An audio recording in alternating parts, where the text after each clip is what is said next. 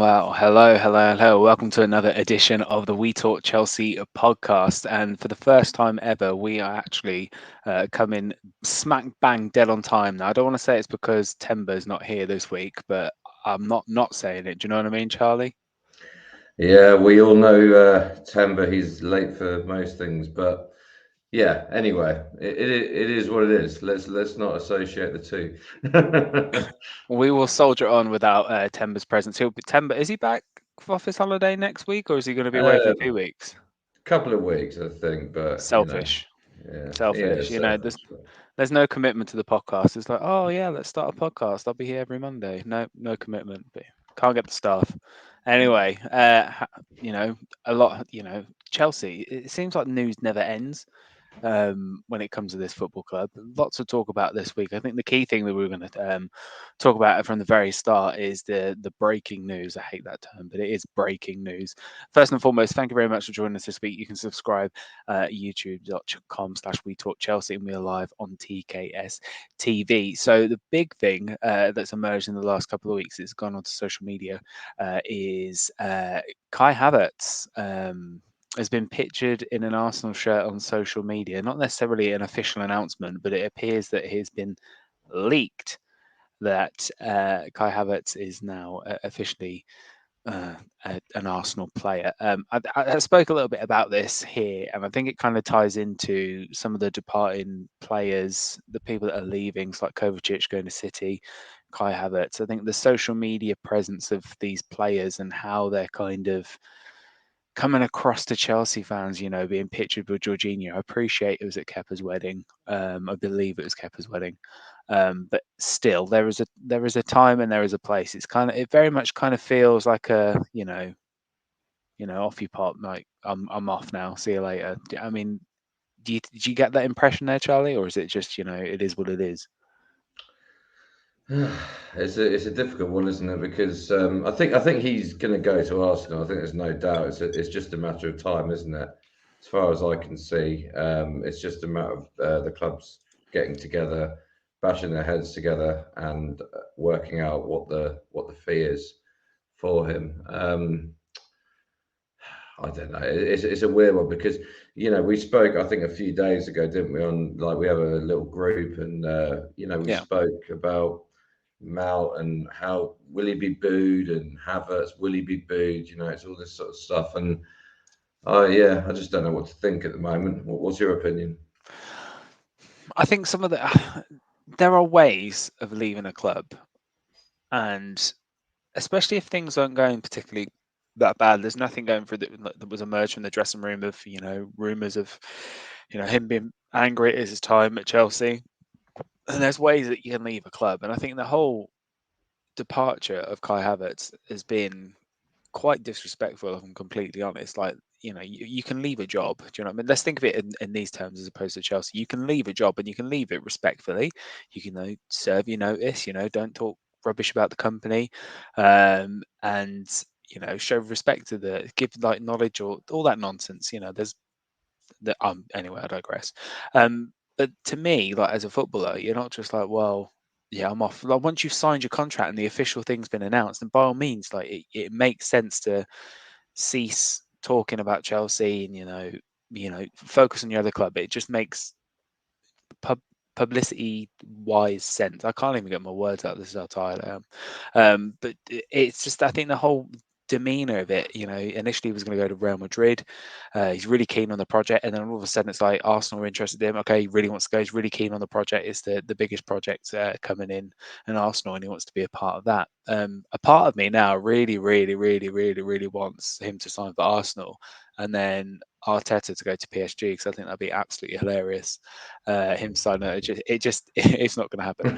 It just stinks of like Aubameyang coming to Chelsea when Tuchel was manager and then he's sacked a few days later. But yeah, I'm not particularly pleased about it. There's not much we can really do about it in the grand scheme of things. But do you know? Do you see what I mean? How it just comes across as thanks for the memories. Like I'm off now. Pasture's new. I'm going to move 6 miles up the road. Yeah, and do you not? I think there's an element of that that's a bit worrying, isn't it? As a football club, how bad is it the inner circle of that club that we don't see, Yeah, that these guys are prepared to just, quite frankly, take the Mickey. That's yeah, basically what it is. I don't know. It's a weird one. We've had these conversations. There's certain players that you're quite glad to see the back of. Koulibaly yesterday, I don't think I didn't shed a tear for him, and I didn't lose much sleep for him leaving yesterday or this morning, whenever it was. yeah. Um, what was it, 26th of June? Maybe it's his day. Who knows? But there's other players where there is a bit of a sort of a thing where you go, well, why is he leaving? And do Yeah. you know what I mean? Does that make I, sense? I mean, I can somewhat understand why Kovacic wants to leave. Um, Especially, I think he's getting into his last year of his contract as well. And, it is Manchester City at the end of the day. It is Pep Guardiola. Um, he's not somebody that's come through the academy, stayed with the club for 10 years. Um, it's just one of those things I can completely understand it. But the manner of which like Kai Havertz is leaving as well, and the manner that Mount's leaving, potentially leaving anyway, we can go there. I don't know. Can you pick up that audio in the background? There's a dog barking outside of my garden. No. No, all right. We'll just ignore that. But anyway, we digress. So Dale here. What's up, fellas? All good? Happy with the clear outs getting down nice and early in the window. Yeah. I mean, we have to. We had no choice really. We've still got you know, June 30 days, so 4 more days to get all these cleared out done to kind of try and balance the books as much as possible. £23 million coming in the sale of Kalidou Koulibaly. We're expecting Hakim Ziyech to go for roughly about £8 million, which I think is very, very. I think even though he's a bit hit and miss, I think that's a bit low on the low side. And then we're looking at other players, Ngolo Kante on the books, who we'll speak about a little bit later. But are you happy that the business is being done early as opposed to protracted out long, Charlie? Yeah, I mean, I think it's a bit like when you've got an old car, and sometimes it costs you more to do the MOT every year than the value of the car itself. And I think Ziyech, Koulibaly, there's a lot of players on our books basically who will save us money, right? And the transfer fee itself doesn't really matter too Yeah. much, if that makes sense. It's a bit of a weird one because so far we've sold quite well. We haven't bought anything, but we sold quite well, if that makes sense. And Well, we have technically, but it was just announced. What we have technically, but it was only officially announced in like this month. So in Cuckoo, which was done way back when Thomas Tuchel was manager. And then we've also bought Malay Gusto. He's coming in as well, but that was announced in January. So we've got people coming in. It's just kind of like flew under the radar a little bit, with the exception of Nkuku. But sorry, I interject, but I just wanted to clarify with that. But it's just it is good to see these players leaving, early on in the window to try and get that balance of the books. And then hopefully they can kind of revisit. Okay, here's where we are. Where do we need to improve? Do you see what I mean? yeah, and I think in this initial sale period, which has lasted what, 2 weeks, I Yeah, think there's quite a few of them who are players that we didn't expect to be sold. Let's face it. I mean, you could. Well, Koulibaly, I didn't think anyone would take him, honestly. I In mean, terms of, like, he was on a lot of money yeah, on a relatively long contract for a player of his age. yeah, We would have commanded a transfer fee. There was a lot of reasons why I didn't, and also he hadn't. It was one of those where a lot of me included. I was tempted to give him another year, but on the whole thing, I think it's a really good thing that what we did yesterday to get rid of him. yeah. I'm inclined to agree. Like, I think Koulibaly potentially joined the league a little bit too late. I think he was rumored for like 4 or 5 seasons before. Like he was going to join Man United at one point. He was going to try and join like Manchester City at one point. Like, and he's rumored to all the top six clubs that he was going to make that move to the Premier League. So it was a bit surprised when we signed him last summer. But I think he never really settled. He didn't really he didn't really instill confidence, I think, in Chelsea fans. We've seen him live. I thought he played somewhat decent, but nothing solid like I thought comfortable with like a player like Antonio Rudiger. He was brought in to replace Rudiger, and I think we've kind of missed that style of player since he's left. Um, but yeah, I mean, like I said, big sales, and obviously with Kai Havertz looking to leave the club, we're going to make a £2.5 million profit on him.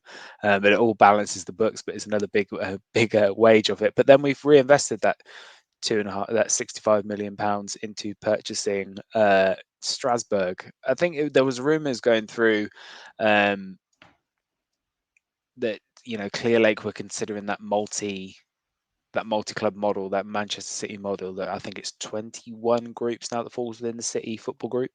And Chelsea obviously looking to do that as an area to send players on loan, develop players, and then bring them through when they're ready. See if they can do to come to the first team at Chelsea. I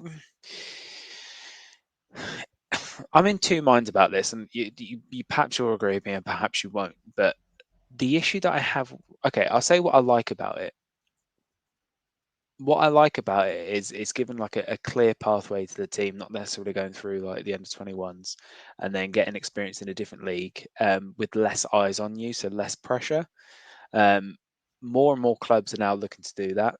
With the City Football Group being the main one, and it's kind of the way it's going. Whilst I don't like it, we can't be resistant to change, and we kind of might have to go with the flow in that scenario. But I also think it kind of takes the integrity out of it. I mean, I can't see Chelsea coming across Strasbourg anytime soon. Playing them in the Champions League or the Europa League or Conference League, more likely, the way we are at the moment. But I mean, how do you feel about it? I think, to me personally, I'm not a huge fan of it. I'd rather they all be completely separate entities, not fall within a group. I think I was reading something yesterday that the Strasbourg ultras, or like their sort of regular, they hate it. They hate the thought of it, Yeah, and obviously it's happened. That they can't do anything much about it. Um, it's dangerous, isn't it? It's dangerous territory because the fan bases will turn on each other and all this sort of stuff, and it demeans the integrity of that club, yeah, basically, because it basically means that they've got nothing else to give in the world except feeding to us, essentially. yeah. I think, We're the big boys, and basically that's their role is just to take some players that we don't want for a couple of years and then make them better. And if they are better, then yeah, we'll give them a go. And if they're not better, then we'll flog them. That's yeah, essentially, being very blunt about it, that's essentially their role in the operation, yeah. if that makes sense.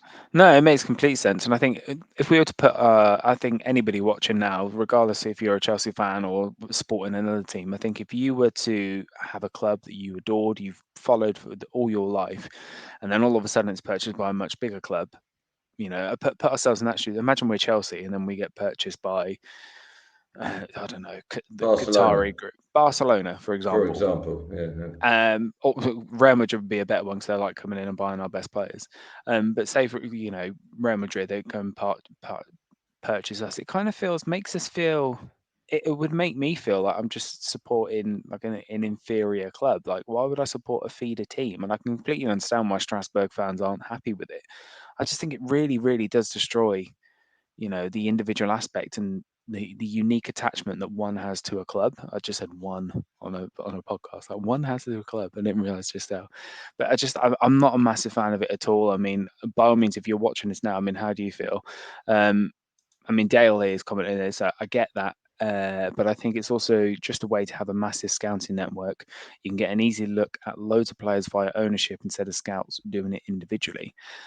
Yeah, but Plus, Dale, I think, can I just comment on that, Dale? I think the point that I'm trying to make is yes, for Chelsea it probably makes sense. yeah, For Man City it makes sense, but for these clubs underneath, uh, you're basically giving yourself a ceiling, that you can't yeah, ever get above, if that makes any sense. And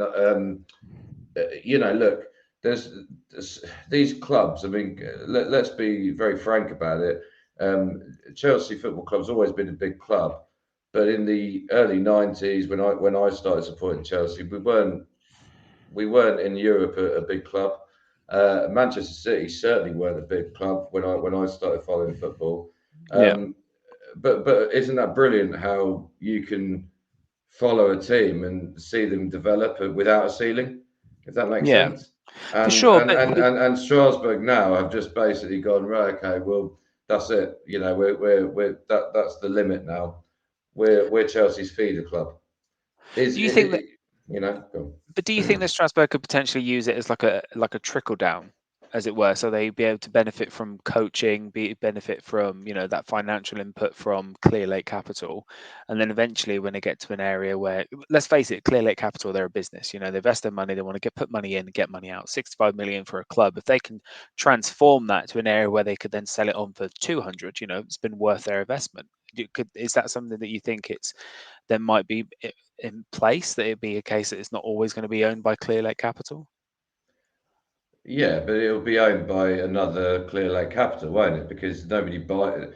Clear Lake won't sell it to, you know, someone who's actually who cares, if that makes sense, about Yeah, anything except money. So there's your answer. yeah.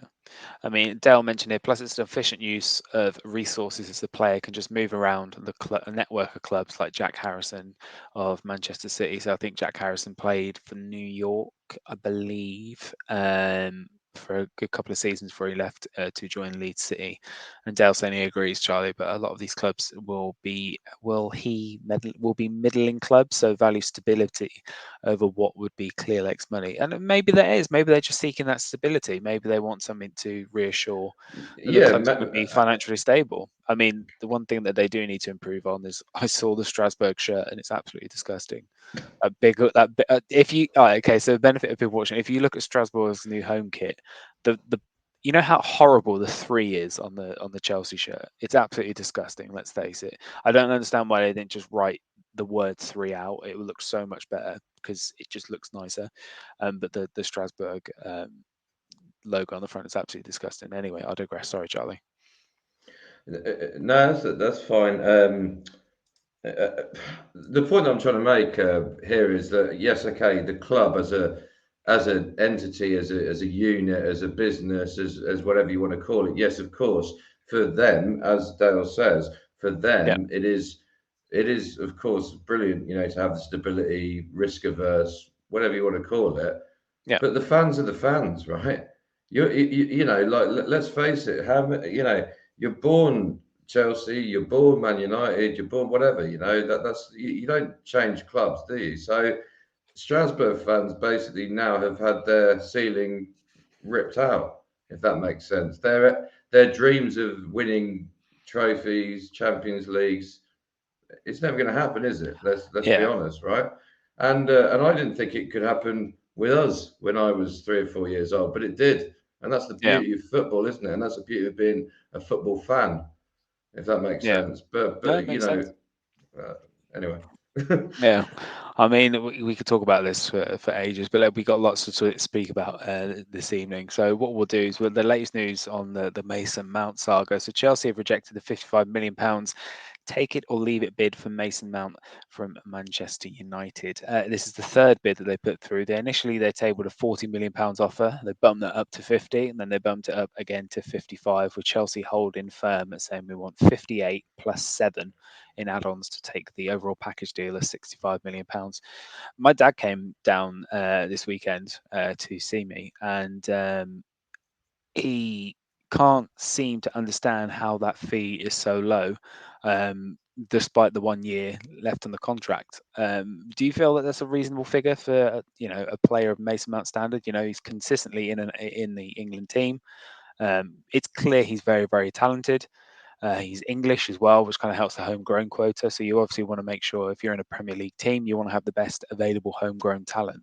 Do you think that's a reasonable deal? Do you think Chelsea is fair to hold out for that? Because I'm fairly certain if Bayern Munich were to come in for him now for a fee less than 55 million, I think Chelsea would probably consider it because it doesn't stay in the league. Yeah, it's a funny one, isn't it? Because let's be honest about it. The fee is only how many people are prepared to pay the fee, And as far as I can see, the only one who's half interested at the moment is Manchester United. Yeah, That's the only team who are fighting for him. Um, Declan Rice is being fought by Man City, Arsenal. I think probably Chelsea are probably knocking on the door. yeah, And I'm sure there's European clubs as well that are doing the same thing. You know, yeah, I think he's got 1 year left. It's basically a negotiation, isn't it? But yeah. we can't have this dragging on for the whole summer. We can't. No, We've got to get this over the line. It'll be such an annoyance.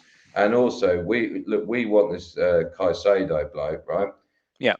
If we want this Caicedo bloke, we need to get him on the dotted line, and we need to get Mount over the line as well.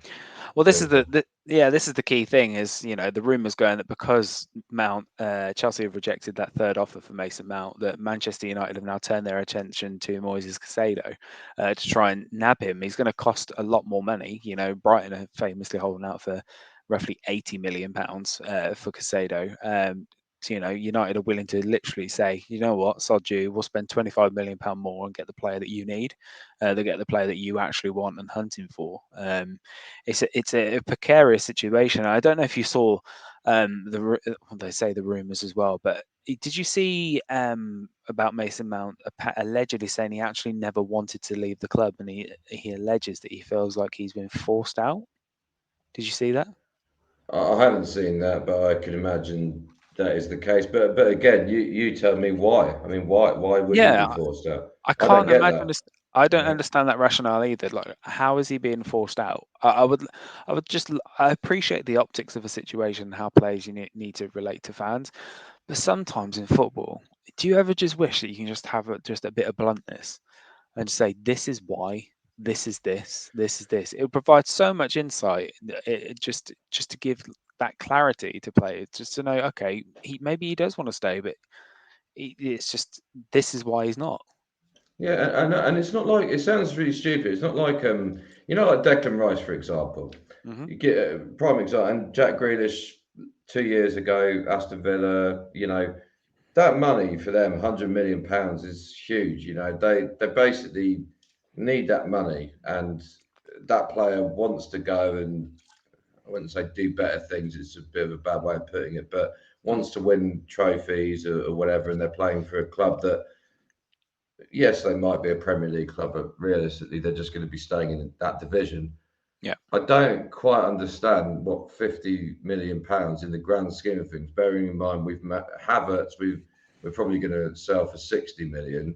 yeah, We're probably going to get 50 million for all the from Saudi Arabia. So yeah. But is yeah, that roughly about that. Yeah, is 55 million for Mason Mount the be all and end all? I just don't get that. It doesn't make much sense to me. yeah. I was just as you were talking, I was just trying to do like the mental arithmetic on that. So I'm just trying to think of what we spent to bring in and what's gone out. So you said roughly about 50 million for the players going to Saudi Arabia, and then 65 million for Havertz. Take the purchase of Strasbourg out of it, because I don't think it's related to the actual running of the club.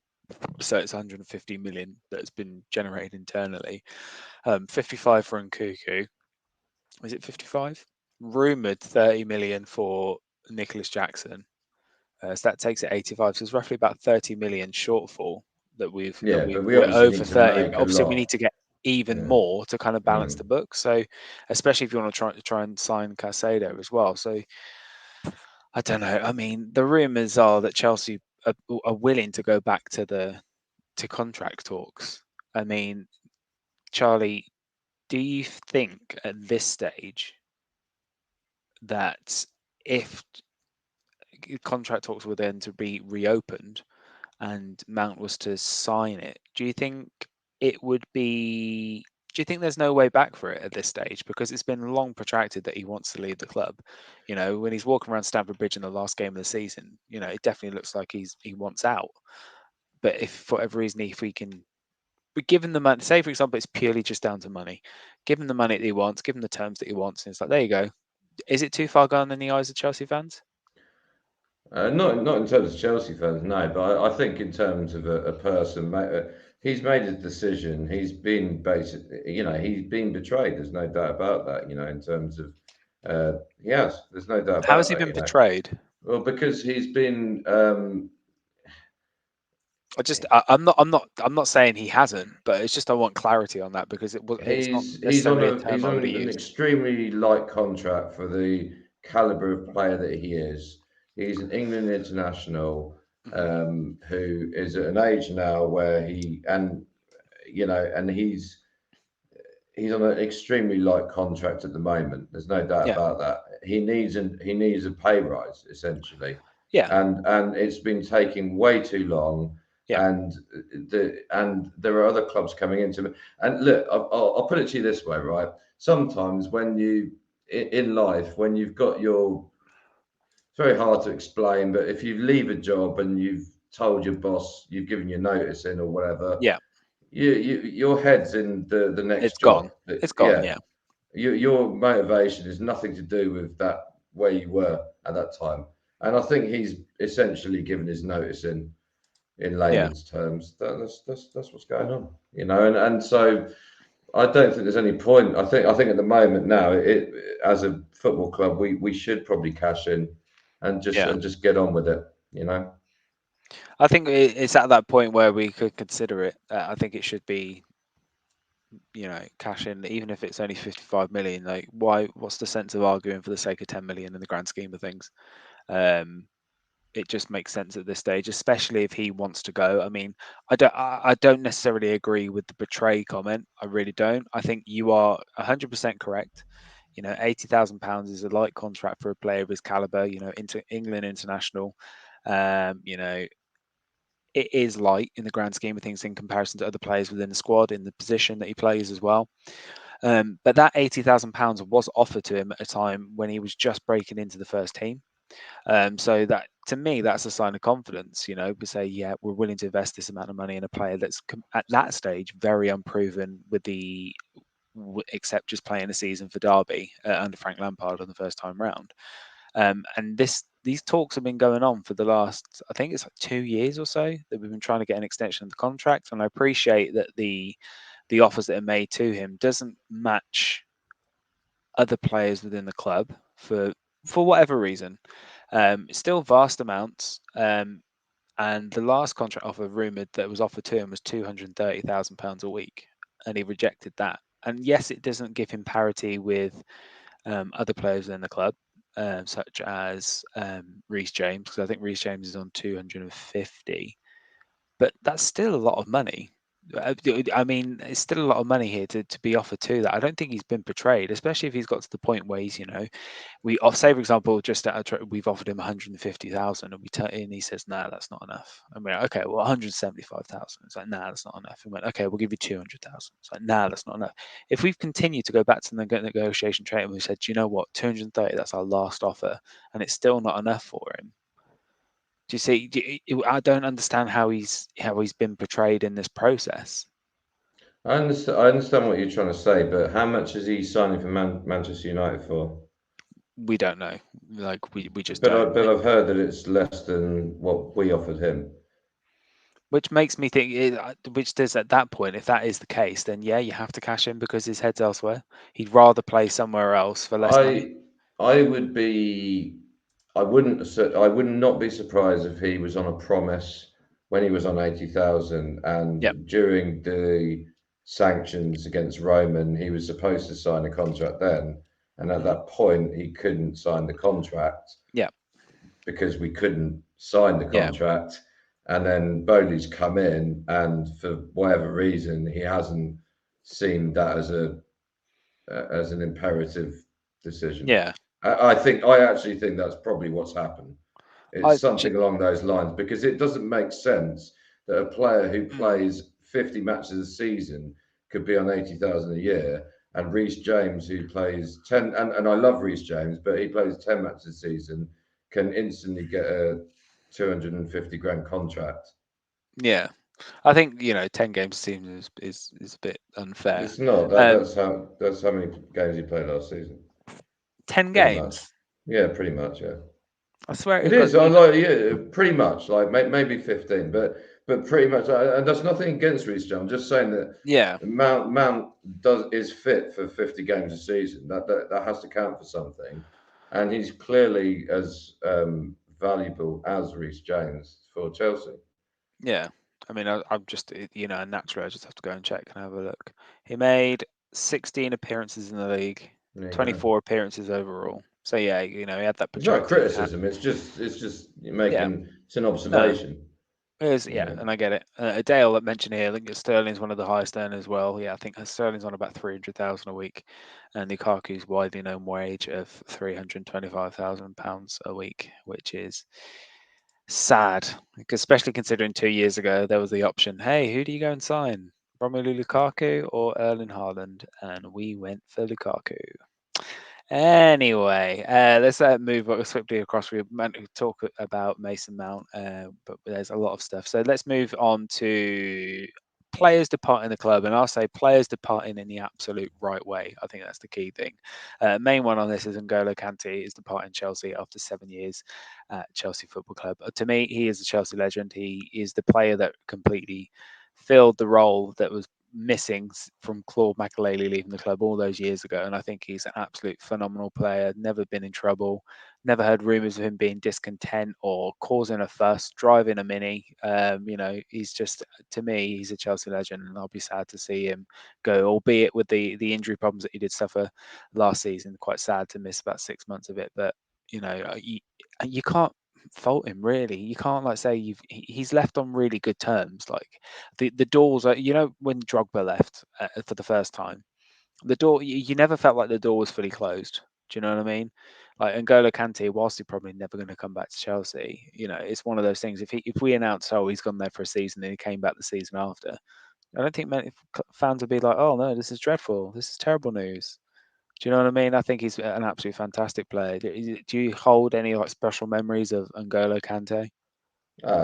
So many memories of that man, and he's and what I like about him is his attitude, not just on the football pitch but to life. I think he's a very humble Yeah, person, and a very friendly person outside the football pitch. And the only thing that I have to say that was sad is that the club didn't announce that he was going, and I don't yeah, think anyone would have had a problem with that if they would have announced maybe 2 or 3 games. I mean, I think most people accept this is the time to go for him, yeah. and he's going for the right reasons. And I don't think he's going to Saudi Arabia for money. I really don't. I think he's just going there I mean, because it definitely there is helps. that. Yeah, it obviously helps, but I think he's at the stage of his career where he's probably very frustrated with his injuries and stuff like that. And I think he's just going there and to kind of have a nice couple of years over there. And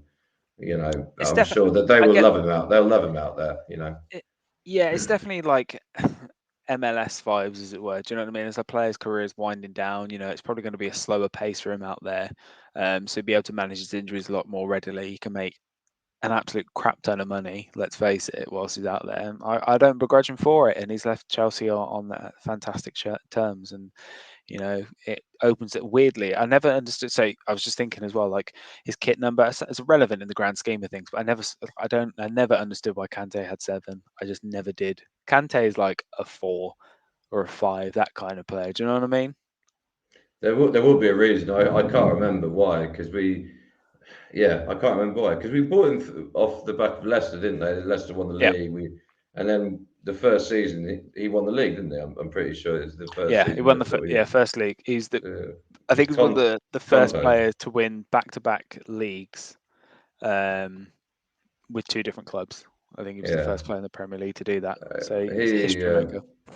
he is an incredible player, and he is the ultimate actually midfielder because Makelele was a great player. There's no doubt about that. Yeah, But Makelele was a very one-dimensional player. yeah, Kante, he is so quick. He can bomb. yeah, He can actually take players on. He's really is the yeah. probably I'd one of the best midfielders I think the Premier League's ever seen. And I'm I'd not have just saying that. I'd agree. I think he's one of the best midfielders the Premier League's ever seen. And do you know what? You know, Kovacic is known for his dribbling. I'd argue Kante was better at dribbling. I He really was. would. He had a lower centre of gravity. He was more direct. He's probably wasn't known for his, passing ability or goal scoring, but neither was, Kovacic in the grand scheme of things. But Kante, he's definitely it's gonna be a gap in that midfield. And I know we've had to play a large chunk of it last season without him, but there's going to be a big hole that somebody's going to have to fill. And they're big, small shoes to fill. But we wish him all the best. Another player as well, rumored to be leaving Chelsea, is just somewhat surprisingly and unsurprisingly. Do you know what I mean? Last summer, he signed a 2-year contract extension. So he was given um, for another couple of years. So he's going to have another season. But then obviously these rumors have been swirling. We need to reduce the overall wage budget, and then the rumor came out that he is uh, to leave Chelsea potentially by mutual consent to join Inter Milan. And what that says to me is that Aspilicueta is probably been told that he's not likely to not be playing much next season in the grand scheme of things.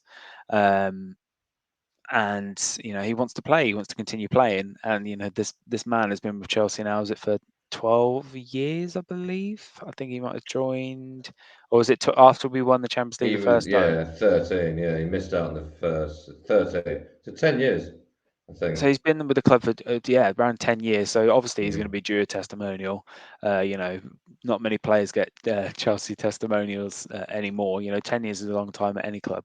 Um, club captain. He's won the lot. He's literally won the lot, and it cost Chelsea 7 million. And then I know, especially in the last few seasons, there's been times where I've been watching him play, and it's been a bit, and covering my face a little bit, especially when his lack of pace is becoming more apparent. But he's been an absolute, and again, he's leaving Chelsea on the right terms. He's not singing and shouting and swearing, saying I'm not getting what I want. He just wants to play football, and he's probably just been told that it's winding down. But it's quite. Do you feel? How do you feel? I mean, I feel. I think I It's accept. another one. You know what we were just talking about with Kante? It's another one Yeah. where it would have been nice to know, wouldn't it, with a Yes. player like him? I mean, I It remember really would when have. Albert Ferrer retired. Do you remember that years ago? And everyone knew about it. Well, Albert Ferrer, and he did a lap around the pitch, and it was, and Yeah. he wasn't.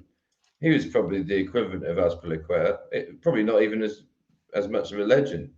But I No. remember, he went around the pitch at half time. I think we played Liverpool the last game of the season that year, and that's what it should be. But it's just, I suppose that's probably modern football, isn't it? That it's very rare nowadays that that the clubs keep their cards very close to their hands, Yeah. um, and that's how it is. But Dale But makes but a good question here. How many players do we have over 30? And that's interesting, isn't it? I mean, I saw him type that out, put that in there, so I went straight to transfer market just for ease. Yeah, so we got we got. I think Thiago Silva is probably the only player over 30, other than Marcus Bettinelli, that will be at the club next year. I'm Aubameyang, looking he's still at there. Aubameyang. He's not going to be there. He just won't. Aubameyang is 34. Aspilicueta 33. Koulibaly's Lukaku, left. Kante's left. Lukaku, is he? he He's not on is the list, so it might be. He's 31, I not on the think. list. I think so. Oh, okay. Well, he'll probably be off as well. Hopefully, I think it's just Bettinelli, the only player that really that's sticking around. And then the next one after that, if it's just Silver at 38, if we disregard Aubameyang, Aspilicueta, Koulibaly, Kante, I'm just looking at this. I know they've left. Bettinelli, Edouard Mendy potentially off, Hakim Ziyech potentially off, Kovacic potentially off. The next oldest player is Raheem Sterling. I mean, And he's that's 27, 28. 28. And and, and, 20, and, and, and and like Dale says, it is crazy and it is a bit worrying, You can't, and Silver's got 1 year left in him, and that's it. Right. yeah. I think He, it's all been widely accepted he's going to give us another year and then, might retire in Brazil.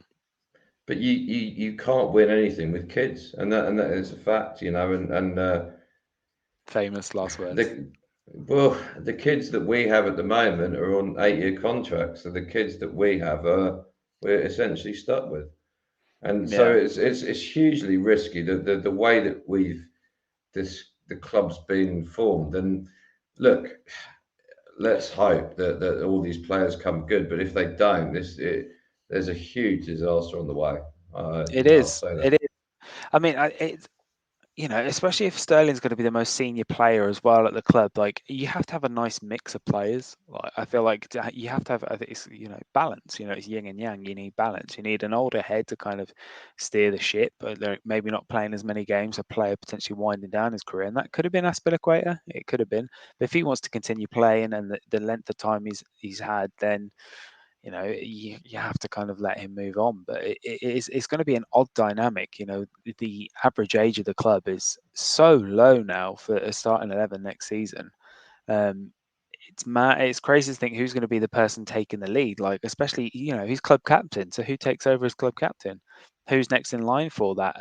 Thiago Silva, yes, in the grand scheme of things, is the one that would take it over. But long term, he's not the one. Do you bypass Thiago Silva and give it to another player? Do you give it to a player like, I mean, just trying to look through there, who could potentially be a club captain? I mean, who do you see in the list of players here that would be a club captain? Would it be Sterling? But I think he doesn't have that connection really. To me, Sterling isn't.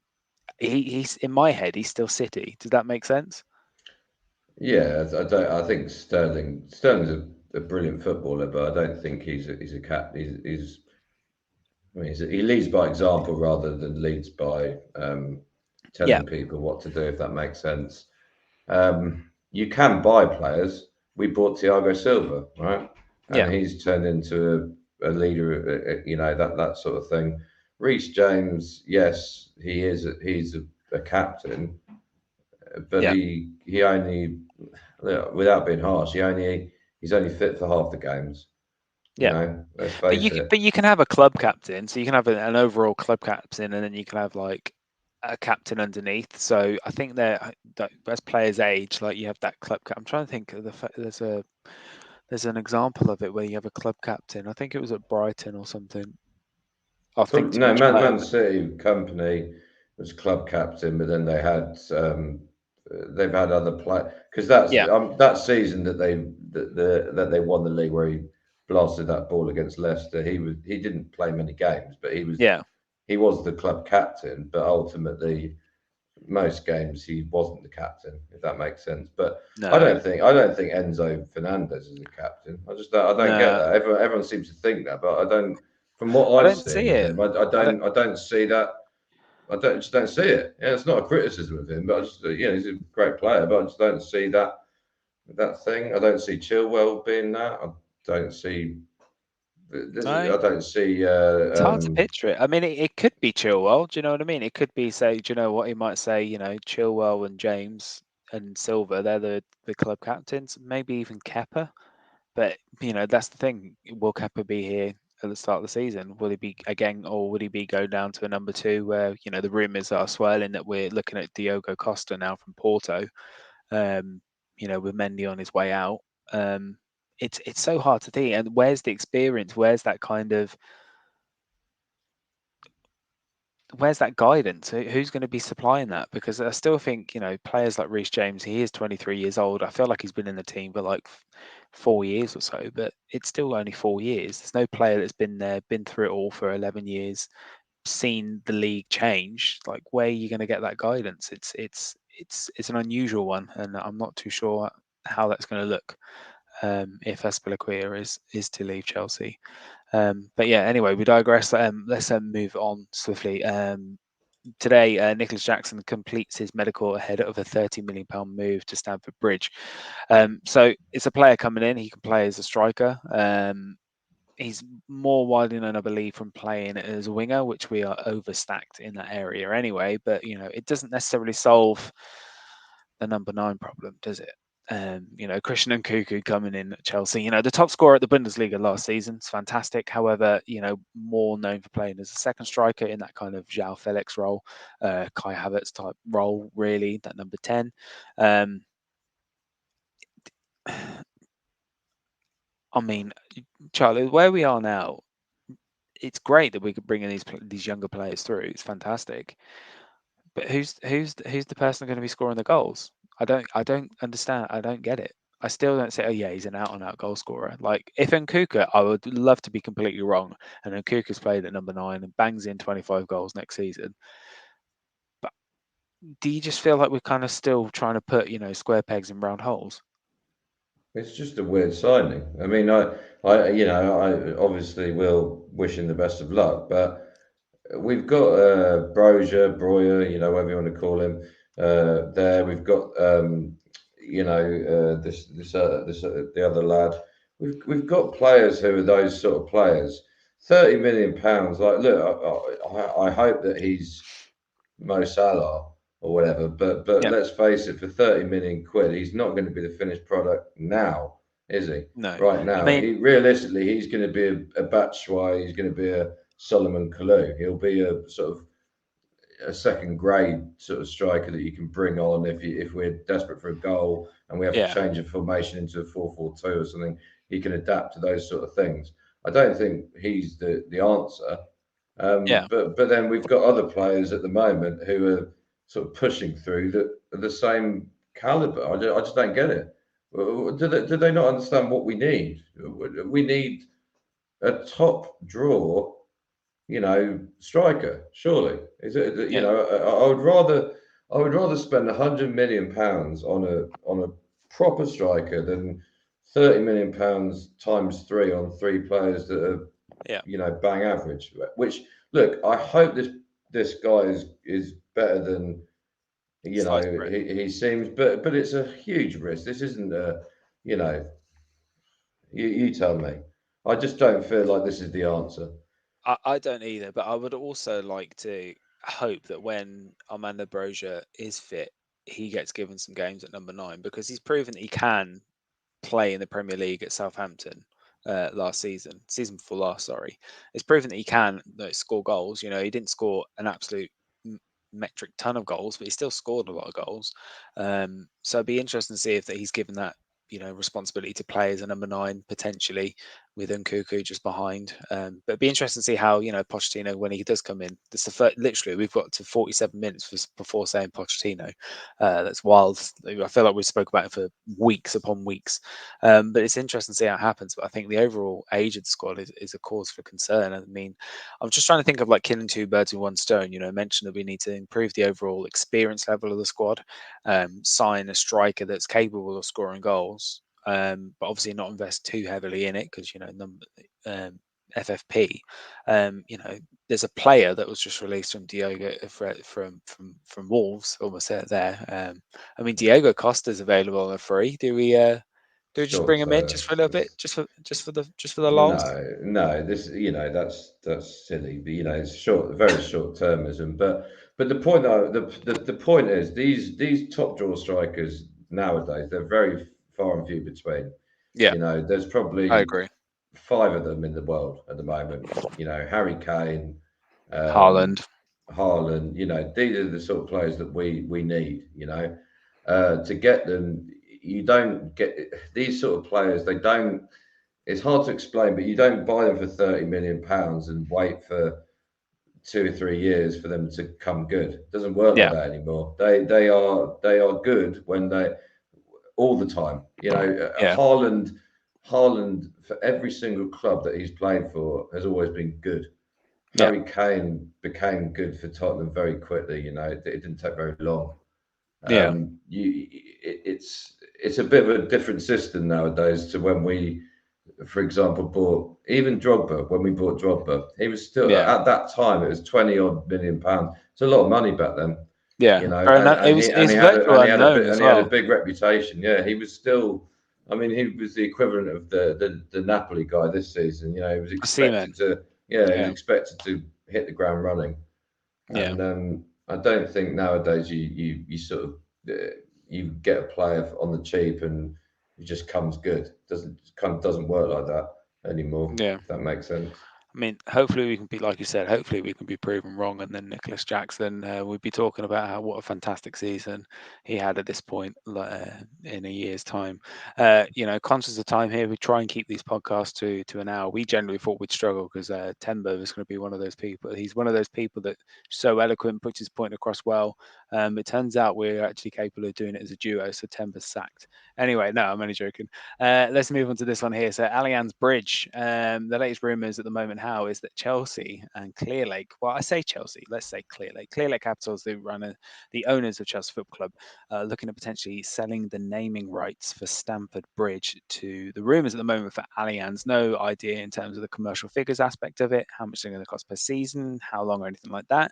But it could potentially be part and parcel, kind of similar how the Emirates have done it with Ashburton Grove at Arsenal. They've named the stadium, but it's synonymous now as the excuse me, as the Emirates. It's been the Emirates now for like 15 years, and they've been on the front of the shirt. I mean, how do you feel about potentially the renaming of Stamford Bridge to Allianz Stadium, Allianz Bridge, whatever it is? It's there's multiple Allianz stadiums across the world.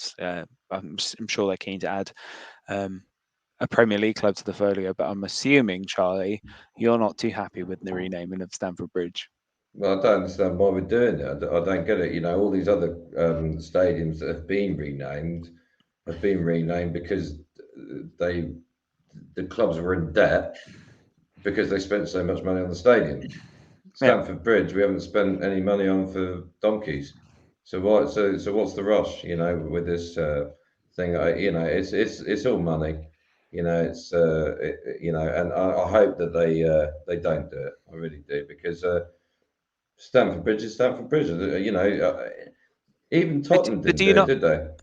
I don't think. No, they didn't. But they were actively looking for it, and the reason why they didn't is because they feel that the people that were offering them the proposals that were presented by companies for the renaming of the stadium, they didn't feel like they were offered enough. So that's why they just kept it as the Tottenham Hotspur Stadium. Like Daniel Levy wants to sell the naming rights, but he feels that unless you meet this certain offer, then it's not going to happen.